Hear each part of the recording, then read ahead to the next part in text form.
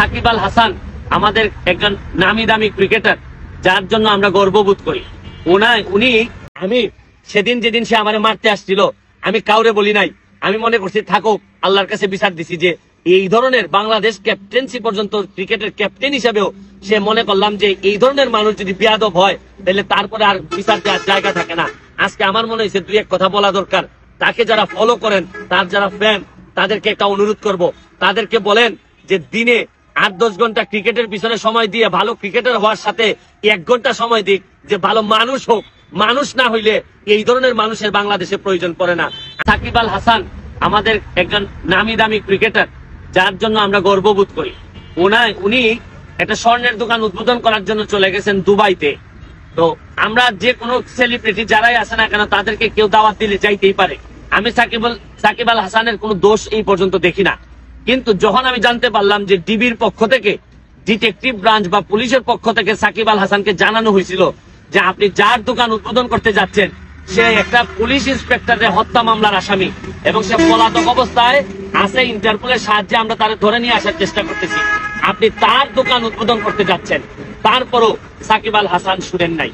আমার কাছে মনে হয়েছে যে এটা যে একটা অপরাধ, উনি জানেন কিনা যে সেলিব্রিটি হইলে কি তার কোনো অপরাধের বিচার হবে না। আপনাদেরকে একটা জিনিস বলতে চাই, সাকিব আল হাসানের যারা ফলোয়ার আছেন তাদের প্রতি বা তার ফ্যান যারা আছেন তাদের প্রতি সম্মান রেখে একটা কথা বলতে চাই যে সাকিব আল হাসানকে আপনারা জানেন যে কিছুদিন আগে আমি একটা ভিডিও করে তারা অনুরোধ করছিলাম যে জুয়ার সাথে যেন সে সম্পৃক্ত না হয়। জুয়ার সাথে সম্পৃক্ত না হওয়ার জন্য বলছিলাম যদি 3 লাখ টাকা লাগে আমি 3 লাখ টাকাও দিতে রাজি।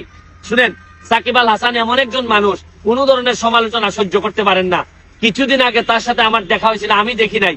সে হঠাৎ করে আমাকে সোনারগাঁ হোটেলে বাংলাদেশ এবং ভারতের মধ্যে যে ক্রিকেট ম্যাচ ছিল ওই সময় আমারে দেখেই সে পুলিশ এবং বিসিবির কর্মকর্তাদের সামনেই আমাকে মারতে আসছিল এবং আমেরিকান কিছু লোকজন এখানে ছিল যাদের সাথে দেখা করতে আমি গেছিলাম, তাদের সামনে সে সবাইকে ইগনোর করে আমারে মারতে আসছিল। আমি কিছু বলি নাই।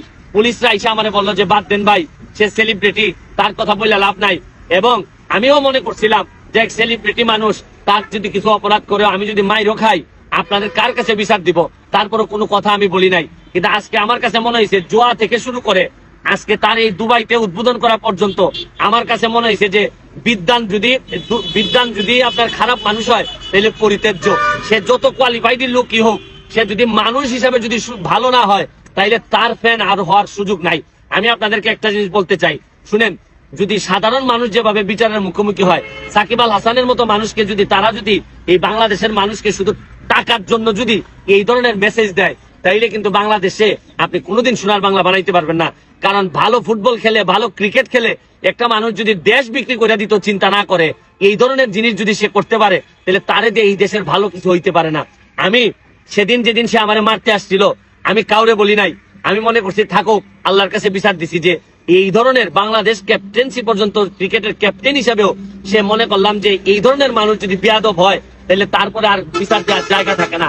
আজকে আমার মনে হয়েছে দুই এক কথা বলা দরকার।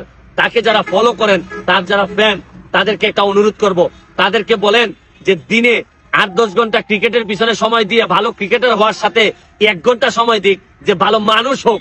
মানুষ না হইলে এই ধরনের মানুষের বাংলাদেশে প্রয়োজন পড়ে না। আজকের মতো বিদায় নিচ্ছি। আমি দাবি জানাবো সরকারকে, তাকে ঠিক করেন, তাকে মানুষ বানান, আর নাইলে সে এই ধরনের কাজ করতেই থাকবে। বিদায় নিচ্ছি, ভালো থাকুন, সুস্থ থাকুন।